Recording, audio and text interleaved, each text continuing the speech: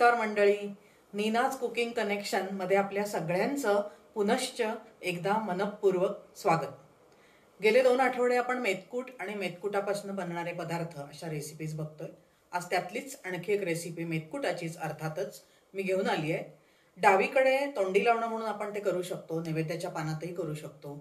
डावीकडे म्हणजे जसं चटणी कोशिंबीर काय रस वगैरे येतो त्याच्यात हे मेथकूट कालवलेलं असं आपण ठेवू शकतो। चवीला खूप चांगलं लागतं, पोळीबरोबर पराठ्याबरोबर खायला तोंडी लावणं या सदरातलं ते आहे। पौष्टिक तर आहेच आहे। तर आपण बघूया त्याचं साहित्य। हे आहे मेथकूट, 2 टेबलस्पून घेतलंय मी। आपल्याला किती जणांना हवंय, किती डावीकडे म्हणून ती वस्तू आपण करणार आहोत तर किती हवंय त्याप्रमाणे आपण आपापल्या हिशोबाने घेऊ शकतो, पण हे 2 टेबलस्पून आहे। त्याच्यानंतर हे आहे लाल तिखट, मीठ, कोथिंबीर, कांदा पूर्णतः ऑप्शनल आहे, मी आता घेतलाय। पण तुम्हाला जर नैवेद्यामध्ये हे मेथकूट करायचं असेल, दही मेथकूट डावीकडे, तर तुम्ही कांदा नाही घेतला तरी चालू शकता।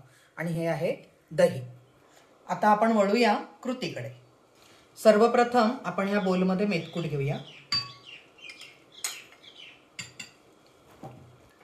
त्याच्यामध्ये मीठ,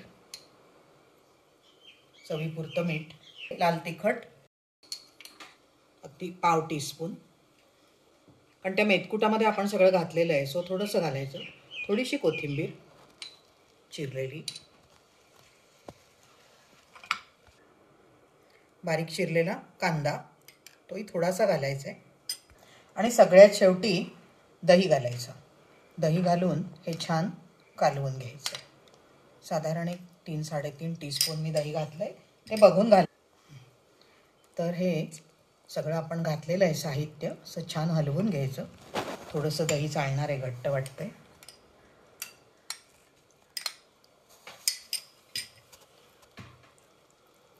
तर अशा प्रकारे तयार झालंय आपलं हे मेथकुटाचं, याला डांगरही म्हणतात। मेथकुटाचं डांगर असं म्हणू शकतो, किंवा दही मेथकूट असं पण म्हटलं जातं। आता आपण गार्निशिंगसाठी त्याच्यावर थोडीशी कोथिंबीर टाकूया,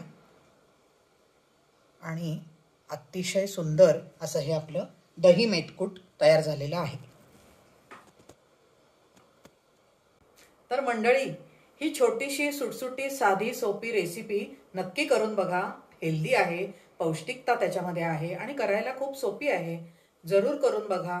करून बघितल्यावर माझा व्हिडिओ लाईक करा, त्याला व्हिडिओला कमेंट करा, आणि इतरांसोबत शेअर करा, आणि आपलं नेहमीचं सबस्क्राईब करायला मात्र विसरू नका। सबस्क्राईब जरूर करा। खूप खूप धन्यवाद।